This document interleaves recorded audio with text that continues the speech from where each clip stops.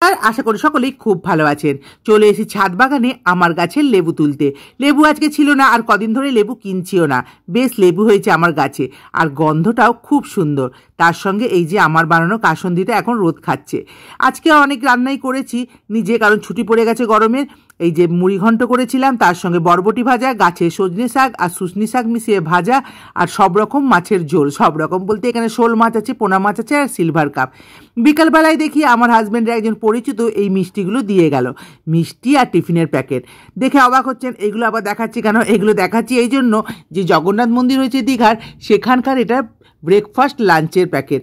আর প্রথমে যে মিষ্টি দেখলেন ওটা প্রসাদ হিসাবে দিয়েছে। ভালোই প্যাকেটটা দিয়েছে, ছেলে মেয়েকে দিয়ে দিলাম, ওদের টিফিন হয়ে গেল আজকে, জানেন তো। আর আজকে বিকেলে আছে আমার এক বিয়েবাড়ি স্কুলের কাছে। তো আমার হাজব্যান্ড, আমি আর আমাদের স্কুলের হেড স্যার তিনজনে মিলে আমার গাড়িতে যাচ্ছিলাম। সঙ্গে গিফটও কিনে নিলাম। গিফট প্যাক করে আমরা যখন পৌঁছালাম প্রায় 9:30 বেজে গেছে। এই যে নেমে পড়েছি, চলুন এবার যাওয়া যাক।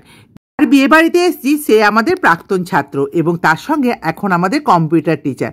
তো আমাদের স্কুলের অন্যান্য স্যারেরাও এসছেন, তবে একটু আগেই চলে এসেছেন। ওনাদের খাওয়াও মনে হয় হয়ে গেছে, আমাদের না একটু দেরি হয়ে গেছে।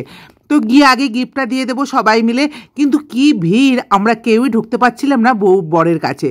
যাই হোক, অনেকক্ষণ পর আমরা গিয়ে তাদের গিফটটা দিলাম এবং একটা দুটো ফটোও তুললাম। কিন্তু সেখানে এতটাই ভিড় ছিল, আমি আর ফটো তুলতে বেশি পারিনি। যাই হোক, বউ বরকে একটু দেখিয়ে দিলাম হালকা ঝলক। তারপর আমরা এদিকে বসতে চলে এলাম। স্যাররা মিলে সবাই মিলে গল্প করছিলাম। আমরা পরের ব্যাচে খাবো, তখন একটা ব্যাচ চলছিল বলে আমরা একটু বসে গল্প করছিলাম। এই যে বসে পড়েছি, দাঁড়ান কেমন সাজুগুজু করে এসেছি একটু দেখাই। খুব একটা সাজিনি, একদম সিম্পলভাবেই চলে এসেছিলাম। কেমন লাগছে অবশ্যই কিন্তু কমেন্টস করে জানাবেন। এই যে এবার আমরা খেতে বসে পড়বো, আমাদের ডাক পড়ে গেছে। এবার আমরা উঠে খেতে চলে গেলাম খাবার জায়গায়।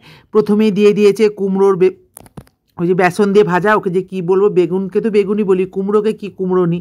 তার সঙ্গে স্যালাড ছিল, আর সঙ্গে ছিল ফ্রাইড রাইস। তারপর যেরকম বিয়ে বাড়িতে হয়, ফ্রাইড রাইসের পর মাংস ছিল, আমি তো খাইনি। চিংড়ি মাছ ছিল, পোনা মাছ ছিল, সঙ্গে ছিল আবার দেশি মুরগির ঝোল, দই, মিষ্টি। ভিডিওটা ভালো লেগে থাকলে লাইক করে দেবেন। সবাই ভালো থাকবেন, সুস্থ থাকবেন, সবাইকে নিয়ে আনন্দে কাটাবেন।